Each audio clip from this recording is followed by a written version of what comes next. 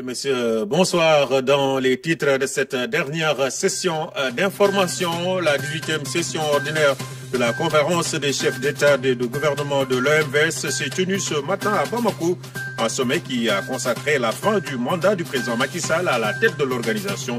Son bilan a été salué par les chefs d'État. Bienvenue à toutes et à tous. Sachez d'abord que le président de la République, son Excellence Macky Sall, a quitté Dakar ce matin à destination de Bamako, la capitale malienne. Le chef de l'État prend part à la 18e conférence des chefs d'État et de gouvernement de l'Organisation pour la mise en valeur du fleuve Sénégal, OMVS, qui s'est donc tenue ce matin dans la capitale malienne. À son départ, le président Macky Sall a été salué par plusieurs autorités civiles et militaires. Ouverture donc aujourd'hui à Bamako, au Mali, de la 18e session ordinaire de la conférence des chefs d'État et de gouvernement de l'OMVS, un sommet qui intervient au terme du mandat du président de la République, son Excellence Macky Sall, à la tête de l'organisation. Ses pairs chefs d'État lui ont décerné un satisfecit pour le travail accompli pendant 2 ans d'exercice en envoyés spéciaux à Bamako, Elhadji Malick Niang et Pape Birame Bigué Ndiaye. Bamako, dans l'ambiance conviviale d'une arrivée très attendue du président en exercice de la conférence des chefs d'État et de gouvernement de l'OMVS. Le président Macky Sall, accueilli par son homologue malien, Ibrahim Boubacar Keïta.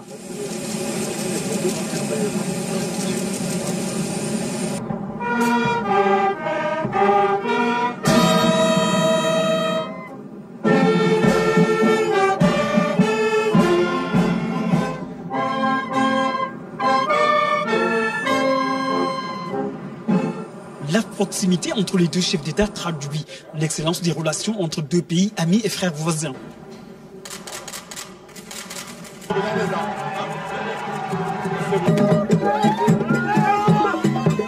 L'accueil est enthousiaste, une communion entre deux peuples frères, dont la symbiose d'une ferveur attachante qui se manifeste par un bain de foule très accueillant. Les retrouvailles se poursuivent au Centre international de conférence de Bamako.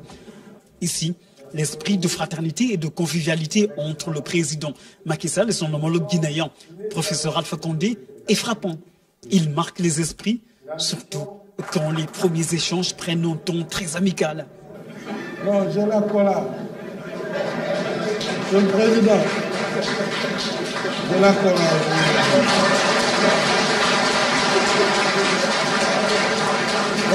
J'ai gardé ma cola de l'aéroport. Atmosphère détendue dans l'amorce de la 18e session ordinaire de la conférence des chefs d'État et de gouvernement de l'OMVS. Les débuts d'un sommet qui intervient au moment où s'achève le mandat du président Macky Sall à la tête de l'organisation.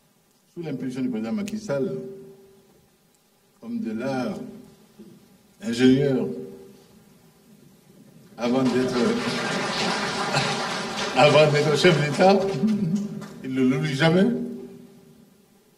Nous en avons profité et non sans sa touche, dans l'impulsion brillante qu'ont connu les différents projets sous son leadership.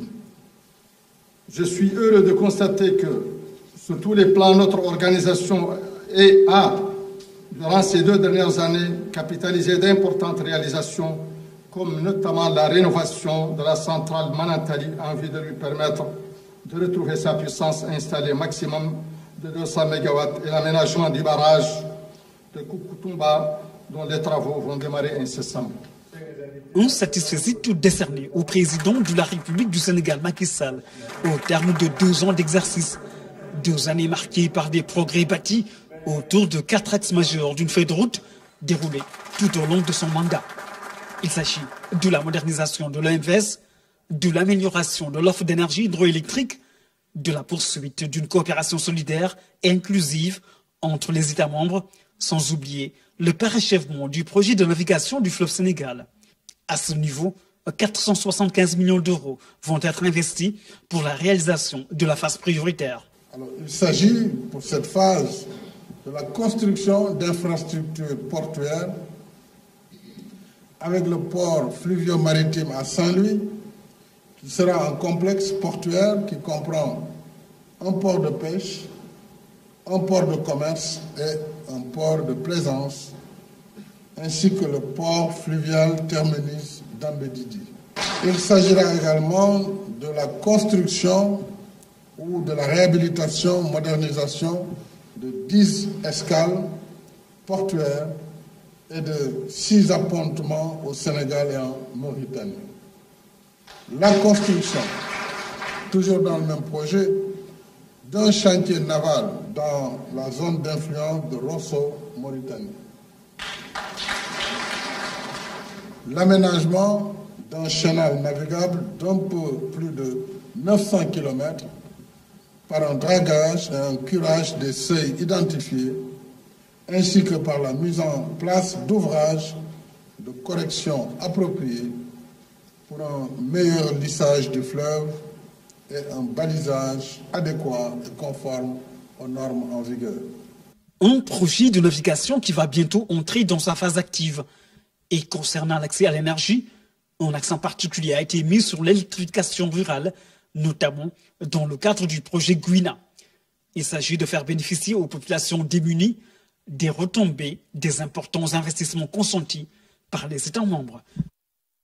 Après 2 ans passés à la tête de l'OMVS, le président Macky Sall a présenté un bilan reluisant. Les succès sont entre autres l'amélioration de la production hydroélectrique, l'accroissement des superficies irriguées pour le développement de l'agriculture et la finalisation du projet de navigation du fleuve Sénégal avec en ligne de mire la construction d'un port plutôt à Rosso, à la frontière sénégalo-mauritanienne. D'autres infrastructures hydroélectriques ont également été réalisées dans les 4 autres États membres de l'organisation. Envoyés spéciaux à Bamako, El Hadj Malick Niang et Pape Biram Biguendiaye.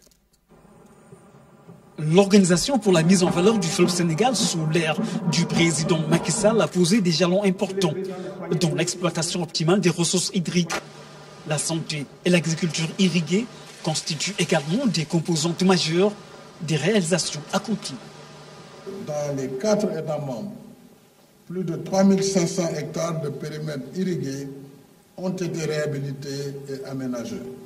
Et près de 16 000 hectares ont vu leur accès à l'eau sécurisé.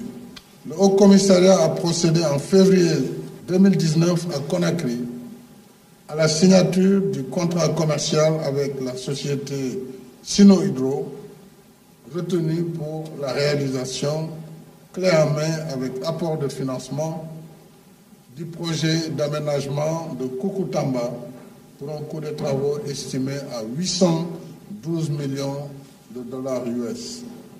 S'y ajoute dans le volet santé, plus de 3 800 000 moustiquaires imprégnés ont été distribués dans les 4 États dans le cadre de la couverture universelle pour la prévention contre le paludisme dans le bassin du fleuve Sénégal. Une zone qui fait l'objet d'agressions environnementales qui menacent la survie des ressources hydriques. Le président Macky Sall tire la sonnette d'alarme. Il m'est revenu des informations alarmantes sur la situation d'un des plus gros affluents du fleuve Sénégal, à savoir la Falémé, qui est aujourd'hui véritablement en danger de mort à cause d'une pratique débridée et anarchique de l'orpaillage. Vraiment, la situation est d'une gravité extrême. Des mesures hardies doivent être prises au niveau national, en particulier par le Mali et le Sénégal, qui partagent ce cours d'eau, et au niveau sous-régional en relation avec le Haut Commissariat, pour éviter que le point de non-retour ne soit pas atteint. Je dois d'ailleurs à ce propos vous dire que malheureusement nous avons été obligés de mettre en prison un lieutenant-colonel des eaux et forêts ainsi que ses adjoints puisqu'ils étaient complices avec des sociétés qui exploitent sauvagement à la lisière du parc de Nyokolokoba et qui déversent des quantités de mercure sur ce cours d'eau.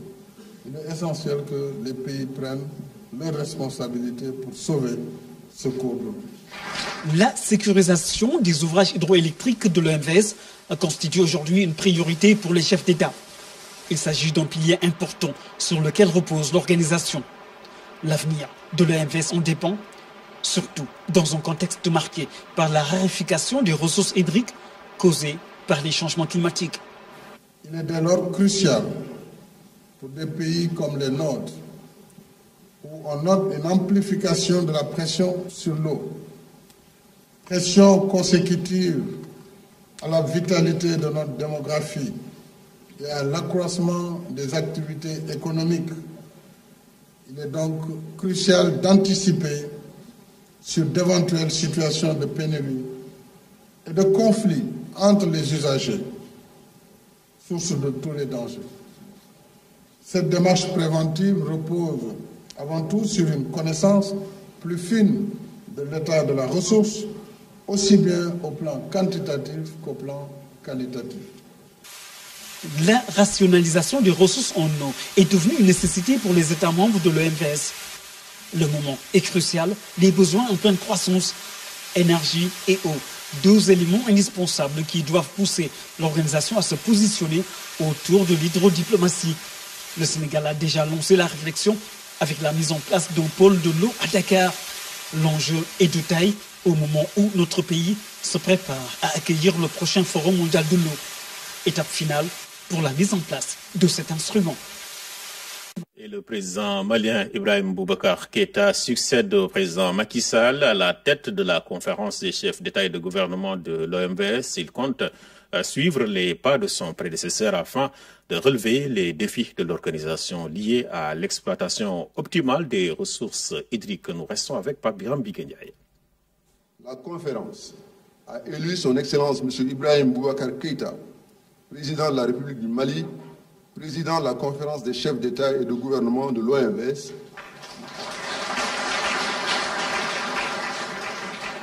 et nommé M. Serigne Mbaye Thiam, ministre de l'eau et de l'assainissement de la République du Sénégal, président du Conseil des ministres de l'OMVS. Le président de la République Macky Sall passe le témoin à son homologue Ibrahim Boubacar Keïta, qui prend les rênes de la conférence des chefs d'État et de gouvernement de l'OMVS. C'est l'aboutissement d'un processus qui a permis à l'organisation de franchir un cap dans l'exploitation des ressources hydriques. Président Macky Sall, président de la République du Sénégal, cher cadet, mon frère, président de l'exercice sortant de l'OMVS, les résultats engrangés sont à ton honneur. Je devrais dire en votre honneur, mais le 10 ans, je n'eusse pas été honnête. C'est mon frère. En prenant les rênes de l'organisation, le président Ibrahim Boubacar Keïta sait que le travail qui a été accompli par son prédécesseur est immense, mais les défis à relever sont exaltants pour lui. Il va s'inscrire dans la continuité. De nous projeter dans l'avenir. Un avenir qui ne peut être que radieux, à la mesure des formidables potentialités de l'espace de l'OMVS, qui par-delà un fleuve commun, un écosystème partagé, une histoire et une sociologie commune, est une véritable communauté de destin, voire une promesse de moisson. Le chemin jusqu'à cette moisson est sans nul doute ardu. Mais, par ta clairvoyance, cher cadet Maki, ma mission est balisée. Ainsi prend fin la 18e session ordinaire de la conférence des chefs d'État et de gouvernement de l'OMVS. Le président de la République Macky Sall a quitté Bamako en fin d'après-midi pour rallier Dakar.